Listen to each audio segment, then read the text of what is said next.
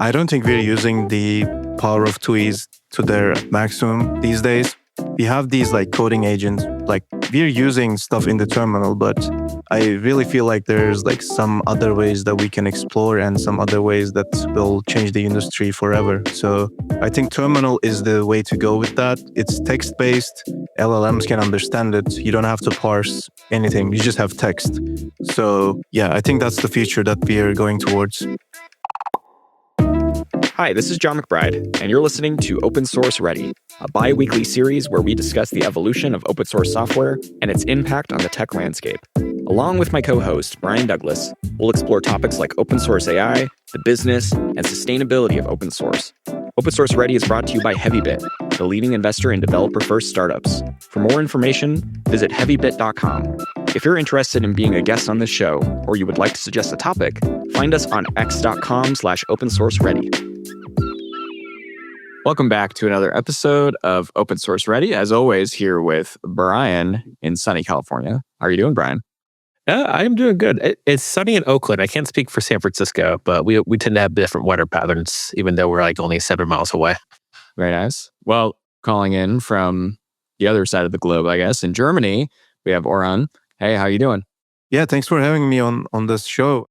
Germany is a new place for me. Just want to say that. It's been only like 2 weeks since I moved here. So yeah, hello from the weird weather of Berlin, I guess. Yeah, excellent. Yeah, where's home normally? I'm from Turkey, Ankara, and I came here to work, basically. Just relocated and trying to get used to stuff, let's say. Very nice. Yeah, well, I've actually been following your work for quite a while as a Rust stan myself and enjoyer of terminal things. But recently you had a project that I would say went very viral in the broader ecosystem. And this was Ratty, which is a GPU rendered terminal emulator with inline 3D graphics. And I think this is one of the most fun things I've seen in such a long time. I encourage all the listeners to go and look at this thing because it's like kind of the goofiest piece of technology that, and I mean that in the best way possible. If, there's like literal polygon shifting rats inside of this terminal emulator, which is incredible. How did you come up with this idea? Please walk us through what Ratty is and how you got us here. Yeah, so first of all, I maintain a project called Ratty, and this is a TUI library that enables you to build stuff for the terminal using Rust. And I also run a hackerspace in Ankara, and we were just like vibing one day. And I had this idea of having something 3D with Ratty. And this is actually inspired by someone from our Discord server. So shout out to Gold, Silver, Copper from Grindhouse. He created this really cool animation using Bevy and Ratty. And I was super interested in like combining 2D graphics with 3D environments. And also like another thing that inspired me was TempleOS. I was like really mind blown by what Trev Davis built back in the day. And he has his own operating system using like 3D graphics in the command line. His own programming language is just insane project. This is Holy C, right?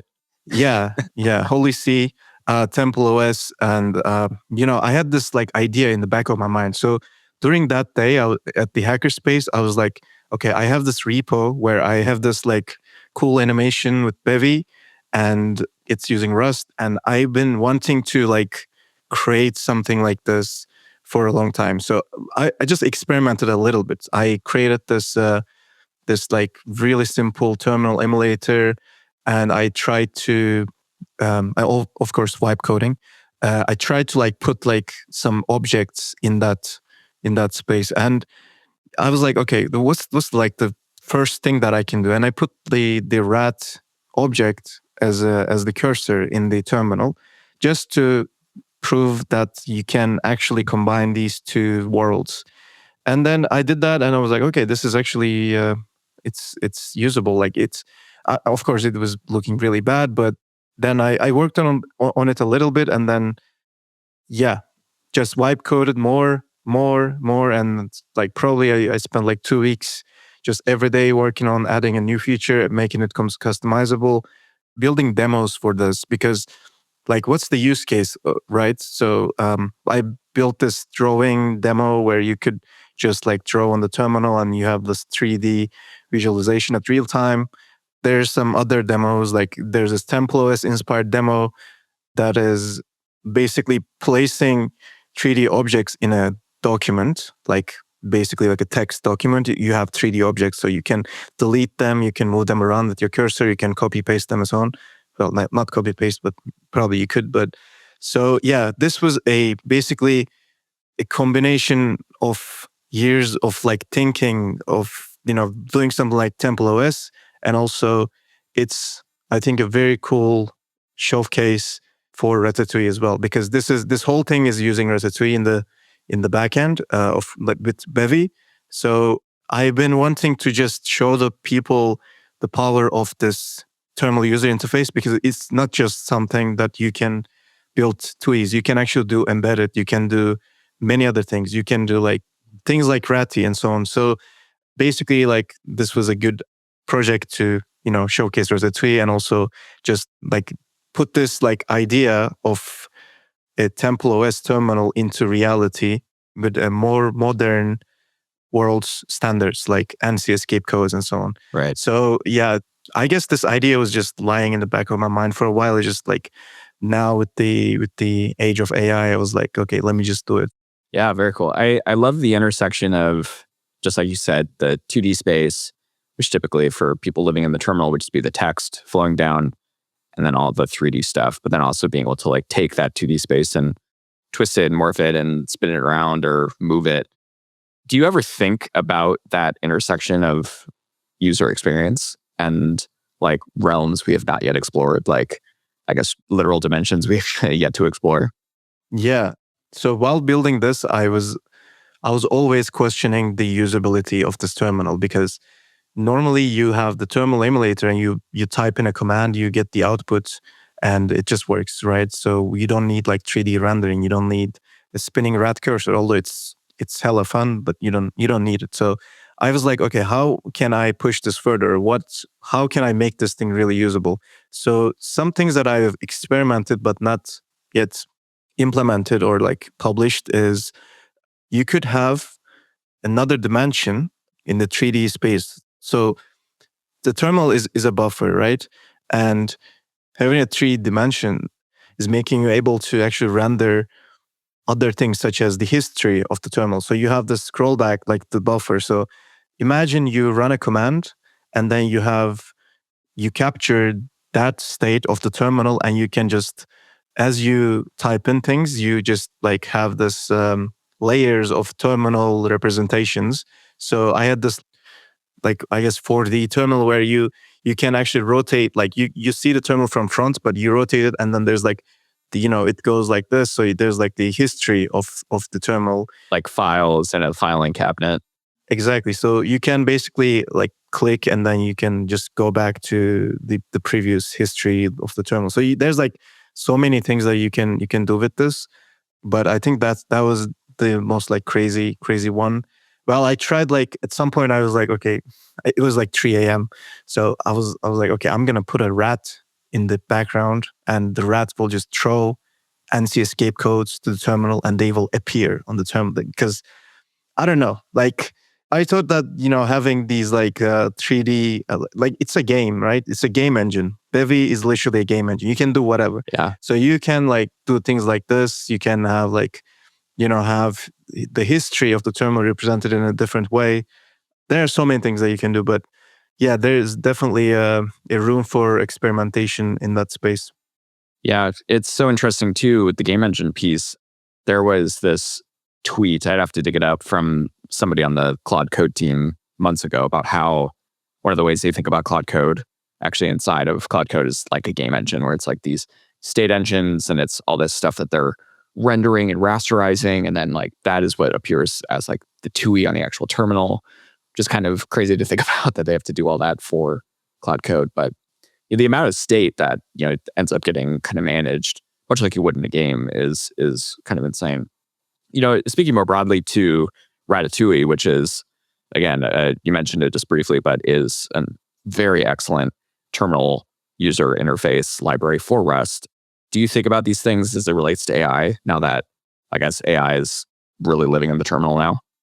Yeah, absolutely. And like I've been just observing the way that the industry and like the terminal space evolves, and nowadays it's so crazy because I am also like doing some social media content for Ratatouille. So I post like the new projects or like new libraries and stuff like that. And I maintain a list of things, and I basically like pick something from there and then I post it. But I cannot keep up with the new things anymore because every time I go to Twitter, I get like tagged on a post like there's this new TUI, and there's like we have so many things being built now and so many things being built really easily. It's so crazy to me. And the thing is, sometimes like the quality is not that high, but sometimes I just use those tools because they work and they've been built probably in a day or two. So like it's just so crazy. And recently we have interviewed a person from there's a social terminal social clubhouse like IRC like network called late.sh, and we have interviewed the author of the service. This is something that you can just SSH into, and then you have this like IRC basically. And inside there you have like games, and you have like a Reddit drawing board, like our board or something like that. People can draw on this thing from their terminal, and there's like chess games. There's like a NES emulator or something like that. There's like so many things in there, and we have interviewed this person in our terminal collective Discord channel. Like we have this like podcast episodes where we interview new terminal people, like terminal tools and so on. So this service was like, it's been built by AI, and like the author just admits that because he's like, yeah, I mean, of course I use AI, and it's been built with it. It's been AI assisted, and the quality and like the functionality and the amount of things that this thing contains is just blows my mind, and everything works perfectly fine. And I asked him like, hey, did you like experience anything, any glitches, any bugs while building this? Because TUIs are usually known for, when you have Unicode, when you have emojis, things broke. Like, do you have glitches? You have some UI problems? And he was like, no, I didn't. Like, even though I had issues, it was just perfectly fine to just fix them. So nowadays, I started to think about just having on-demand AI TUI generations. Like, let's say you're some user and you just wanted to perform some action, and you just describe what you want to do, and then this TUI is generated at that point of time, and it's been presented to you. Yeah. So since the AI is so successful at this, I think this might be something that we might use at some point. And personally, I've been just using Ratatouille in my projects using AI, and it was just very successful at that. Wow. Yeah. Yeah, it's so fascinating. I mean, people have been talking about this for a while where like we'll get to accelerate the speed of software so much that inevitably you'll just have kind of these bespoke user interfaces that your local AI or whatever harness or agent that you're using can just spin up for you. I've thought about this before with relation to skills, because skills kind of started as like kind of prompt context engineering, I guess, where it was like just a bunch of markdown. But then it became really obvious to people that you could have these little bespoke CLIs, even written by the agent itself, to really enhance the skill. And that's where I found the most like leverage with skills is really like a little Dino script or something, just to be like, here's how you use this small piece of software, for the agent as part of the skill. And I can imagine, that being really powerful for like, what if there was a small user interface that was just the TUI that the agent could present to the user to be like, here, do a thing or something. Is that kind of what I'm getting at from you? Like, yeah, exactly. Interesting. Yeah. I don't think we're using the power of TUIs to their maximum these days. We have these like coding agents. We have like we're using stuff in the terminal, but I really feel like there's like some other ways that we can explore and some other ways that will change the industry forever. So I think terminal is the way to go with that. It's text-based. I mean, LLMs can understand it. You don't have to parse anything. You just have text. So yeah, I think that's the future that we are going towards. So Codex, for example, has the Codex app, and they're doing a really good job of getting people to use the actual GUI experience. I could speculate on the answers to this, and like that's all I'll be doing in this podcast, which is like it's better to see what users are doing on a GUI. But also, even Claude Code is pushing folks to like do HTML and like generate HTML docs instead of like just straight up Markdown or interaction. So I'm curious, like I'm all for the terminal and like the TUI base, but I'm curious if you think the industry will try to like claw back some of its goodwill it's done in the last like 12 months? I'm not sure. Like I'm not really following like the GUI space that much, so I cannot really comment on that. Yeah, fair enough. I guess the question is like, there's a market for people using GUIs. So like what I'm getting at is like Codex, they'll give you twice as many tokens if you use the GUI. So like this is like, use this thing, it's better, trust me. Even though we've all been trained in the last 12 months that like AIs does a really good job within the terminal. I think what Ratatouille is doing is also interesting because I could see myself going, actually, I didn't look at Ratatouille until last week. I think we had integrated some stuff internally at work. And then John brought you up and then now you're on the podcast. So like, I'm just catching up. But I have been using a lot of Charm. I have been using a lot of that stuff on the Go side. And I'm all for this world. And I like the idea of having people give them choice, but also give agents choice and give agents like the simplest interfaces possible. And let's just move forward and like innovate in other places. Yeah, definitely.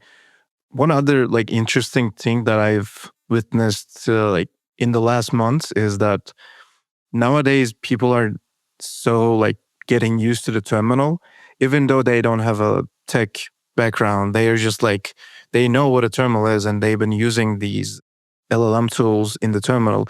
The other day I was talking with someone that is not that techie, but they actually suggested me to like install some LLM on a terminal. So I was a bit surprised that, they were actually like, they knew about the terminal and they were actually using these tools in their workflow. So I was like, okay, then terminal is now getting like more popular, even for people who were not using terminal before. So yeah, that's the world these days. Yeah. It's interesting. I mean, my thoughts coming from the world of, like cloud and especially VMware, like vSphere was a big, mostly web-based, but I guess like GUI thing to like interface with your VMs and all that hardware. But I think it's the libraries. I think it's like the under the hood libraries that give you all the mouse insights, like the heat maps and the like click insights and things, and then product managers love that. Business intelligence, the CEO can look at that and be like, look at the graph of like where users clicked. That's where the product should go next or something. And have you thought about heat maps in TUIs or I guess business intelligence tools for Ratatouille? I mean, you can definitely do that. Like you can do many things in the terminal. I think the question is how you're going to present it to people. Like, yeah, how are you going to present that to people who are not using terminal? You know what I'm saying? So yeah. The other day we were just talking about this with a friend, and he said like, is there a way to package a TUI application for like as a graphical UI, like as a graphical window? And I was like, I mean, you could do it, and in that case, yeah, you will be using a TUI, but just in a window. And right, maybe that's a way to present that to people who are not really in the terminal, but they just can, they can run this app and it does what a graphical user interface is doing, but in a terminal way. Maybe that could be one thing to explore. But yeah, I haven't really done that yet. Right. It does kind of remind me, again, going back to the game engine thing, these worlds are all kind of converging at once.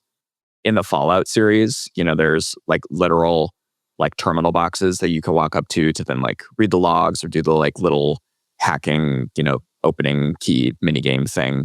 But I've even seen some things that are a lot like that. I forget what the name of this terminal program was, but it was basically something that would just render your computer's command line in a kind of CCTV, like, with the fuzzy screen and the kind of like glass look. Retro terminal or something like that, maybe. Yeah, exactly that. So maybe there's a world where it's like, you enter into the game engine to like go, walk around and talk to your agents. And I don't know, it feels kind of dystopian actually. So who knows? There's one of the examples was like the Pixtuoid built from Ratatouille. I'll drop in the chat. But yeah, like it feels like this like visualization of seeing your agents running. Like it feels like there's already a paid path here for that. I was talking to the Paperclip team last week, and this is kind of their product, which is not there's no 2 week, but it's just like a visual org chart. And like the next clear step is like, let me see these agents go on and off. So it's like either light turns green to red, or you can have like full on pixelated characters. Also, sorry, I'm just going down this whole rabbit hole because you mentioned Fallout. Yeah. But what was it? War Games, like this like 80s movie about hacking. Oh yeah. And like it starts with that sort of like clear want to play a game. I thought of a tweet that I never sent about Fable of like how this whole American government is like shutting down Fable. But like literally War Games could be a thing you build with Fable 5 and like it unlocks this like visual representation of things happening. Like going back to your original point, Aaron, like I have a bunch of these ideas that I would love to build, but unless the AI was here, I would definitely not be building things. And like we're living a pretty good age of being able to say, oh yeah, let me just like burn a couple tokens this weekend and build a little side project while I'm watching, I don't know, Naruto or whatever the kids are watching these days. Yeah. I mean, the reason why I built Ratty was because, I was very comfortable with the whole like wipe coding approach, where it's not wipe coding, but it's like AI assisted programming, let's say. And without AI, I think I wouldn't build it because it would take a lot of time and a lot of resources. I don't have any other like Bevy project, to be honest. And I know of Bevy a little bit, but like building something like this would take a lot of time. And I really enjoyed so before AI, I was also like building like projects like this. I would just write the documentation myself, write every line of code myself. So I really liked just applying that same approach to Ratty, where I would go step by step. I built like the POC, and then I was like, okay, fix the fonts, add this, add that, make it configurable, make it like fix that, and just use this thing and so on. So step by step, I built Ratty like that, and it was quite enjoyable. Without AI, I think it would be a bit annoying because it would take time and a lot of resources. Yeah, 100%. Speaking of a lot of resources, I did want to ask about some things happening in Arch right now. I know you maintain a lot of packages in Arch Linux around Rust. Yeah, what's happening right now with that? Yeah, so there is I think an ongoing malware attack on the user repositories. So just to clarify, like there are like multiple repositories on Arch Linux. One of them is the official repositories, and these are managed by people who has like access to manage these packages. So these are like being built by them and being verified and being uploaded, and they are being presented through the Pacman package manager. So if you were using Pacman, you're totally safe, and it means that you have used the official packages which are not infected. But another good thing about Arch is that users can also upload packages, and they can upload packages to a platform called AUR. This is Arch User Repository. Anyone can upload packages. So officially, AUR is not supported by Arch. So there's like a huge disclaimer saying that if you're installing a package from this platform, this repository, you should verify the contents yourself, because we don't verify anything here. People can upload whatever packages they want. And this makes Arch really powerful, actually, because you can find any package that you want because somebody needed it and they uploaded the package to AUR, and you can install it with something called AUR helpers. So AUR helpers are not officially supported by Arch, but there are many of them and people use them. And the problem these days is that I think there's an LLM powered attack on AUR that adopts many packages and uploads many packages to AUR with some malware, which I don't know the details because they've been deleted. I actually did a live stream yesterday to see what's going on, and I couldn't really find like the actual payload. But basically, what they're doing is create these dummy packages that look like real packages, but they run an npm command inside the build script, and they basically download some infected npm package to your system, and they execute some code or do whatever. So they created like more than 1,000 packages, I think, and they have adopted the orphan packages, which means, let's say there's this like really old Firefox version, and somebody was maintaining it in AUR, and then they just decided to not maintain it. So that package was orphaned, and they adopted it because anyone can adopt packages. This is, I think, it's going to change in the future, but they adopted these like orphan packages and uploaded their malware into them as well. So basically, they were just, there were like many packages that were infected. And since people don't verify, like most people, or, people can just like, they want to just install stuff. So they don't verify the contents, and you're going to get owned if you just install things without verifying. So that's what's been happening. And yeah, it's been quite problematic. So nowadays, today, I think the package upload access to AUR is now limited. You cannot upload packages there or something, if I remember correctly. Yeah. But yeah, it's been a lot of mess going on. Yeah. It's a weird world. I mean, I was looking at this and thinking about it with relation to NixOS, which we adopt some at the company here. And I'm honestly surprised that more Nix packages don't get pwned in this similar way, because really anybody could just show up to, the Nix packages repo and open a pull request, and then there it is. But maybe even that's like a low enough bar, where with AUR, it's getting the orphans adopted and then malware uploaded. But you mentioned that, seems AI assisted or moved forward. Do you think AUR as like a concept will continue to work, or is it going to change where, now in this agentic world, we have to think about the overall goodwill of the internet being slightly different? So I should say that AUR was never safe. So maybe there was more like there was already some malware being uploaded to AUR, and we didn't know. We just know this attack because it's a mass upload, and it's just, it happened these days. And there were like other attacks in the past. So there were some like projects that I saw. People tried to like have this layer of LLM, let's call it antivirus or something. They would just check the contents of the packages.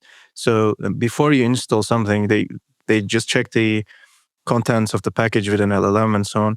But I don't think that's going to stop this. Like, you could trick an LLM into thinking that everything is fine.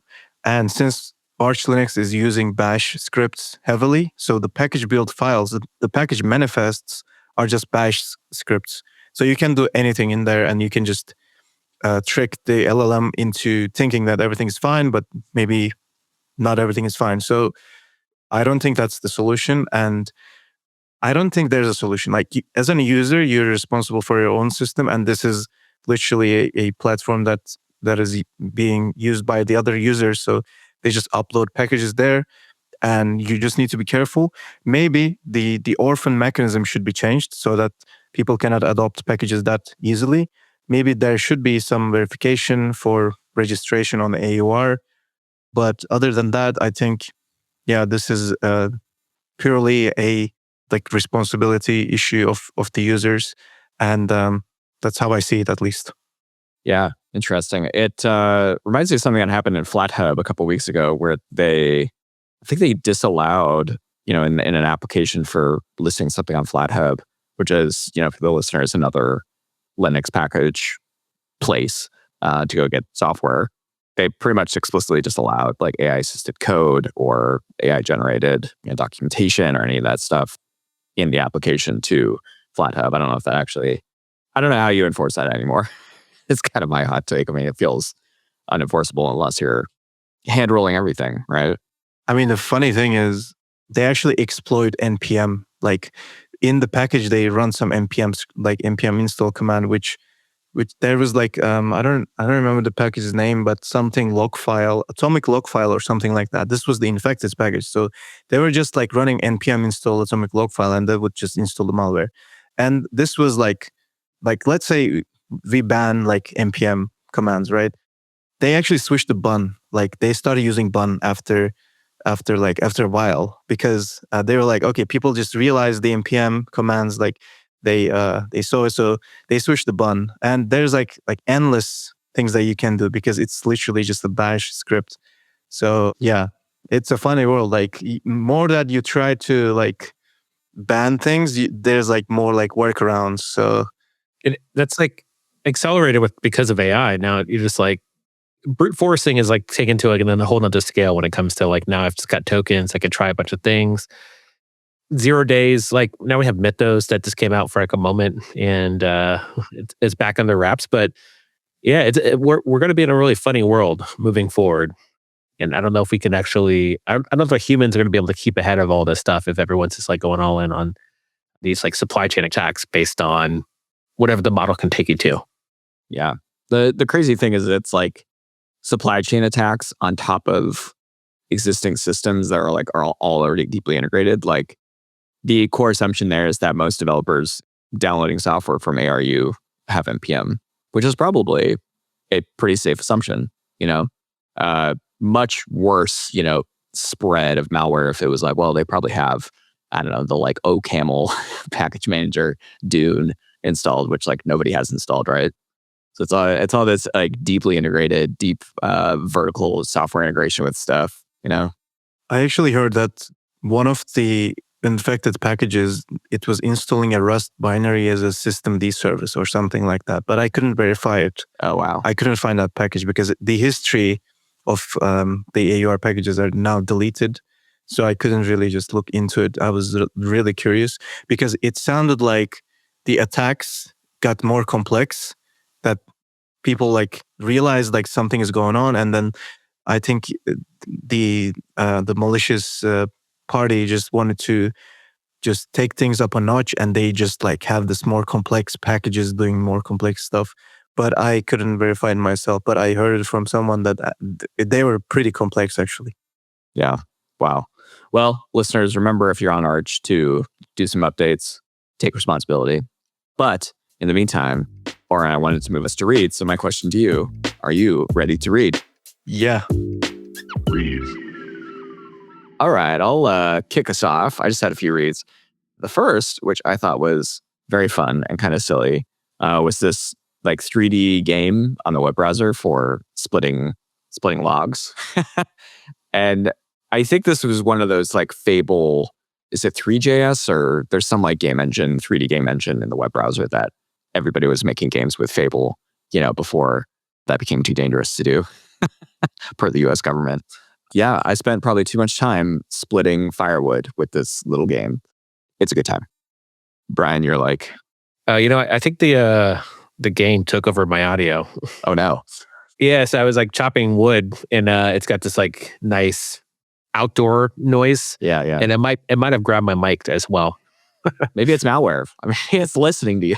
Perhaps that's crazy because I didn't really think too much about chopping wood, but it could be like mining Bitcoin every chopper. Yeah. It's just, again, we're in a wild world. Like I guess it's the price you pay for a little bit of fun. Yeah.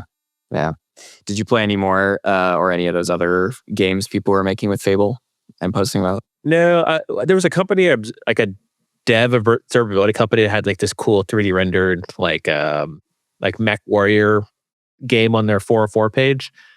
Yeah, which is like super clever. Like think about chopping wood, but like embedded into your actual site itself.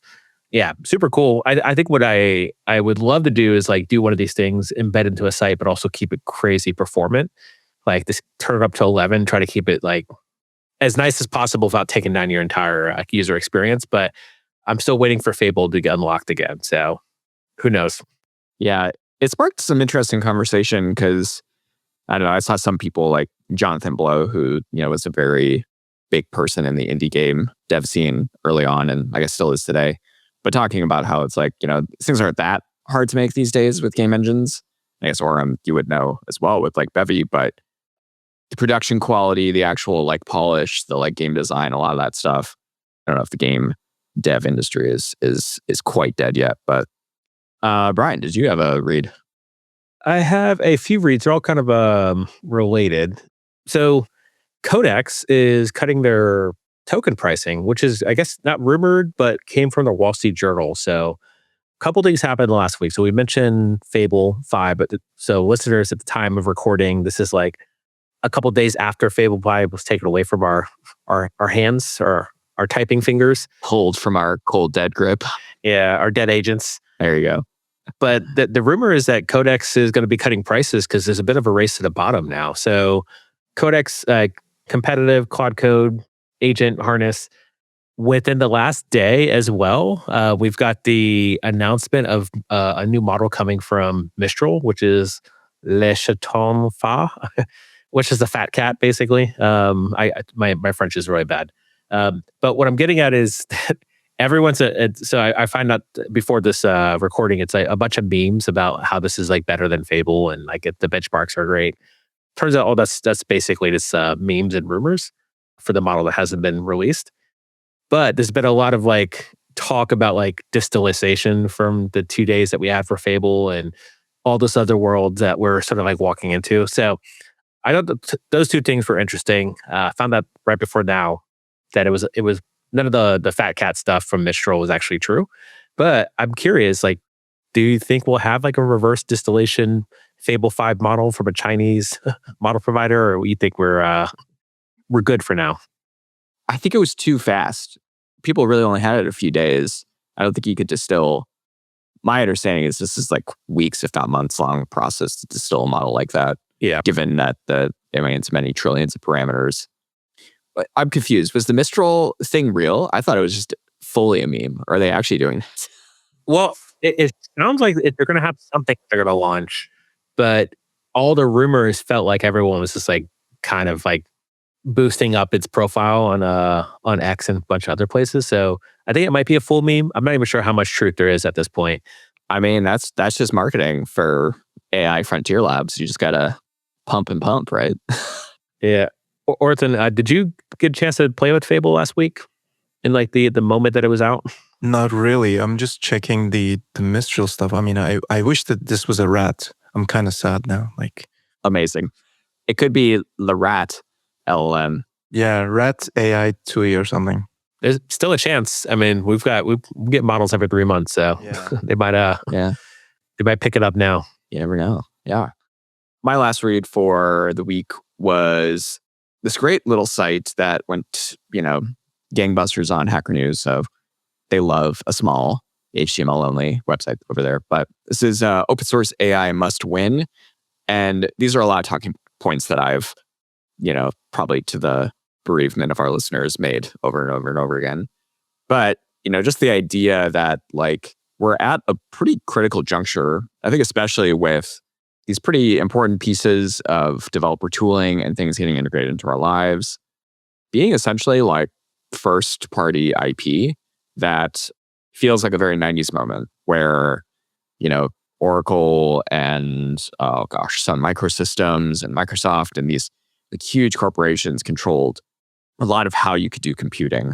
And I don't know, my hat's off to OpenAI and Anthropic because they've brought that business model back from the dead where, now if you want to, I guess you don't have to, like you could still hand roll code, but if you want to stay relevant, at least you're using AI. So I'd love to see this be true where like truly open source AI, like retrain it myself, look at the data sets, change and modify and study and actually be able to like end to end. I think again, just what makes that really difficult is just the sheer amount of computing power that you would need to actually do that. There's glimpses of it out there, like all the transformer stuff is open source. A lot of obviously the harnesses are open source. It's just the data piece. And I think the big kind of gotcha there is that because the frontier AI models had to use so much copyrighted material, they wouldn't be able to actually like re-release those data sets to be like, it's actually open source because obviously they'd be re-releasing copyrighted material, right? Anyways, that's my rant. Great little website. Yeah. The guy who wrote it, I've been following for a while, Ahmad. He's got this like nice, someone compared it very similar to like Kubernetes the hard way, like what Kelsey Hightower teaching everyone Kubernetes, like 0 to get off the ground. He's got the same thing for like 0 to fine tune and leverage open weight models. Yeah. So definitely worth checking out or at least giving him a follow. And I think it's pretty apt that he's created this like little standing website. He was pretty loud at the Fable 5 thing when it got shut down on Friday afternoon. Had a tweet that went viral in conjunction with this as well. Yeah. I really hope, I know this is another thing I've been saying for a little bit, is I hope that there's a breakthrough at some point that would allow us at least to like drop, the hardware requirements for intelligence back down to like the consumer or even the prosumer level, because it's kind of ridiculous. It's like even the, pinned tweet from Ahmed's profile here is like, I don't know, if I had to run the numbers, that looks like $30,000 worth of compute on his desk just to probably run, a like 2 trillion parameter model, which is not huge. Anyways, Orhun, your thoughts? I was just gonna like share about my read, which is not even related to today's world. Yeah, totally. So I like going back in time and I like nostalgic computing. That's probably one of the reasons, like, it's hard to keep up with today's like AI developments and everything. So I just like sometimes get stuck in the past. So I don't even remember where I found this document on GitHub, but I have found this repo. It's called From the Transistor. And this is literally, it says, from the transistor to the web browser, a rough outline for a 12-week course. And this was super interesting to me. It's just a README file. And it is like, it mentions like, okay, here's what you need to do to go from a transistor to a web browser. And I was thinking about this and I was like, wow, like 7 years ago, we were just thinking about this. And now we can probably do this really quickly with AI. And this is no longer something difficult, but it's still something really mind-blowing how far we have come from this to today's world where we can do things really easily. And with every model that comes out, it's getting even easier.